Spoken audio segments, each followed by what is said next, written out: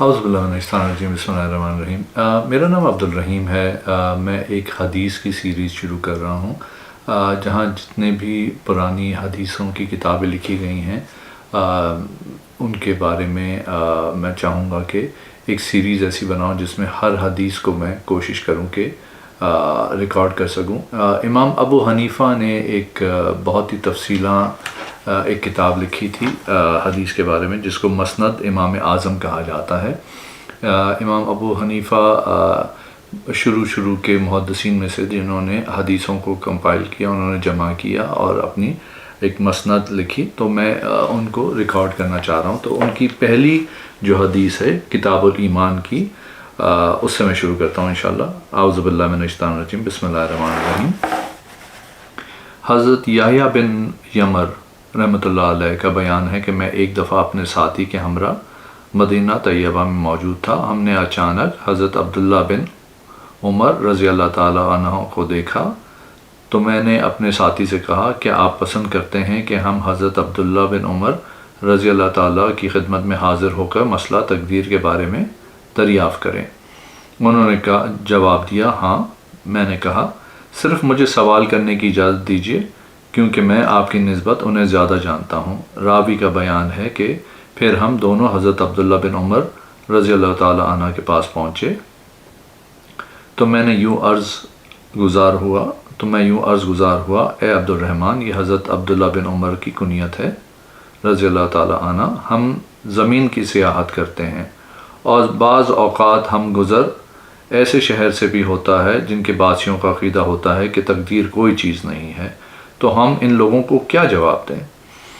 آپ رضی اللہ تعالیٰ عنہ نے فرمایا، میری طرف سے انہیں یہ پیغام پہنچا دو کہ میرا ان کے ساتھ کوئی تعلق نہیں، اور اگر معاون لوگ میسر آ گئے تو میں ان کے ساتھ جہاد کروں گا۔ پھر آپ نے یہ روایت بیان کری، ہم ایک دفعہ حضور اقدس رسول اللہ صلی اللہ علیہ وسلم کی خدمت میں موجود تھے، اور آپ صحابہ رضی اللہ تعالیٰ عنہ کی ایک جماعت بھی حاضر تھی کہ خوبصورت جوان جو سفید خوشبودار لباس زیب تن کیے ہوئے اور لمبے بالوں والا حاضر ہوا۔ اس نے کہا، اے اللہ کے رسول، آپ صلی اللہ علیہ وسلم پر سلام ہو، اور صحابہ رضی اللہ تعالیٰ سے مخاطب ہو کر فرمایا، تم پر بھی سلامتی ہو۔ راوی نے کہا، حضور اقدس صلی اللہ علیہ وسلم نے سلام کا جواب دیا اور ہم نے بھی جواب دیا۔ پھر اس نے عرض کیا، یا رسول اللہ صلی اللہ علیہ وسلم، کیا میں آپ کے پاس آ سکتا ہوں؟ آپ صلی اللہ علیہ وسلم نے فرمایا، ہاں، آپ قریب آ سکتے ہیں۔ وہ ایک دو قدم آگے بڑھا، پھر اس نے ادب و احترام سے کھڑے ہو کر عرض کیا، یا رسول اللہ صلی اللہ علیہ وسلم، میں مزید قریب آ سکتا ہوں؟ آپ صلی اللہ علیہ وسلم نے فرمایا، ہاں، آپ قریب آ جائیں۔ وہ آپ صلی اللہ علیہ وسلم کے قریب بیٹھ گیا اور اپنے گھٹنے حضور اقدس صلی اللہ علیہ وسلم کے گھٹنوں سے ملا دیے۔ پھر اس نے عرض کیا، آپ صلی اللہ علیہ وسلم، ایمان کے بارے میں مجھے بیان فرمائیں۔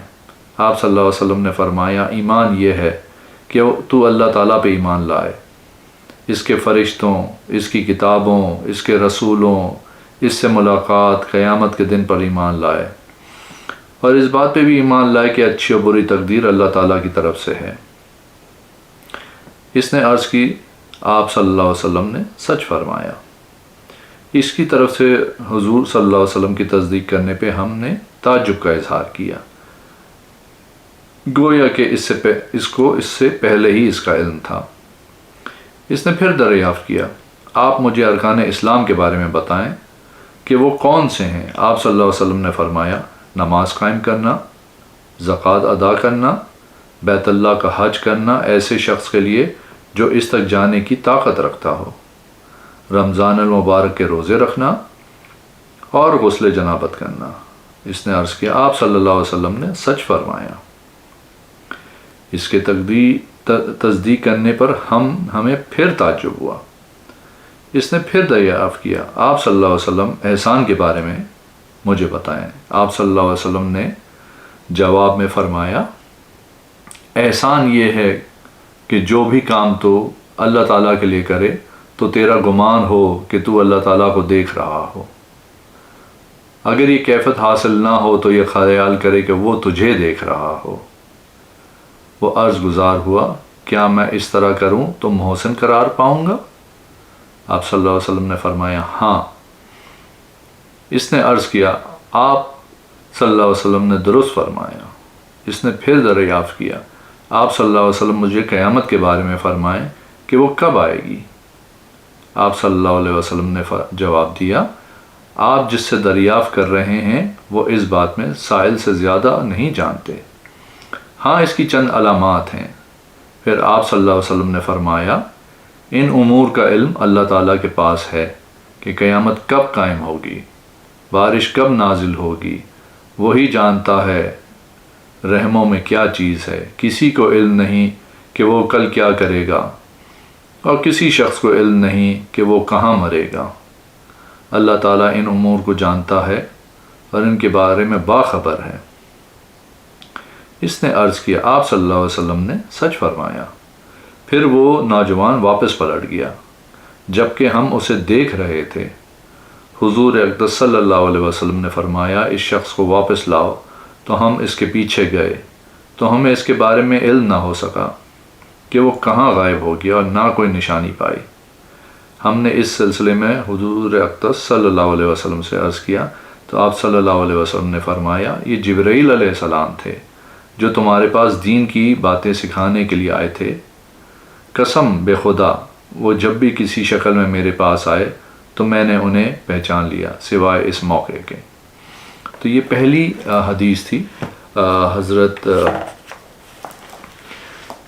امام ابو حنیفہ کی مسند امام اعظم میں جو حضرت جبریل کے بارے میں تھی، اور انشاءاللہ میں کوشش کرتا رہوں گا کہ یہ سیریز کو میں کنٹینیو کروں تاکہ ہمیں حدیثوں کے بارے میں انفارمیشن ملتی رہے۔ اپنا سب کا گھر والوں کا خیال رکھے گا۔ اللہ حافظ۔